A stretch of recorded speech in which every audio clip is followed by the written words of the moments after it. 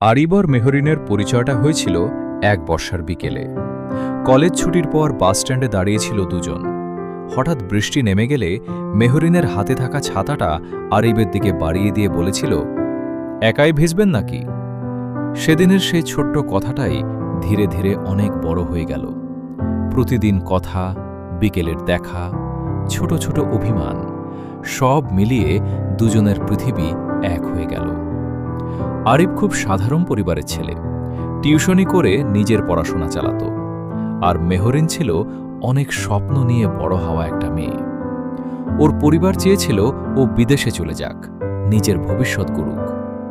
একদিন সন্ধ্যায় রেল স্টেশনে দেখা করতে ডেকেছিল মেহরিন। চোখ দুটো লাল ছিল। আরিব বুঝে গিয়েছিল কিছু একটা বদলে গেছে। মেহরিন কাঁপা গলায় বলল, আমাকে কাল চলে যেতে হবে, অনেক দূরে। আরিব কিছুক্ষণ চুপ থেকে শুধু জিজ্ঞেস করল, আমাকে ছাড়া ভালো থাকতে পারবে? মেহরিন হাসার চেষ্টা করল, কিন্তু চোখের পানি লুকাতে পারল না। সবাই ভালো থাকার অভিনয় করতে শিখে যায় আরিব।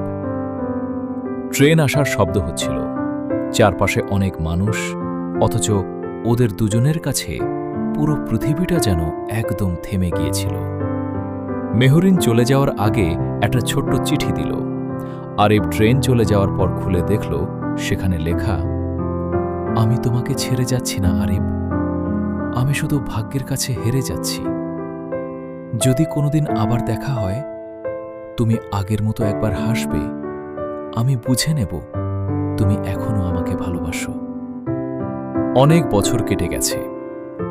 আরিবও এখনো মাঝে মাঝে সেই স্টেশনে যায়। ট্রেন আসে, ট্রেন চলে যায়, মানুষের ভিড় বদলে যায়।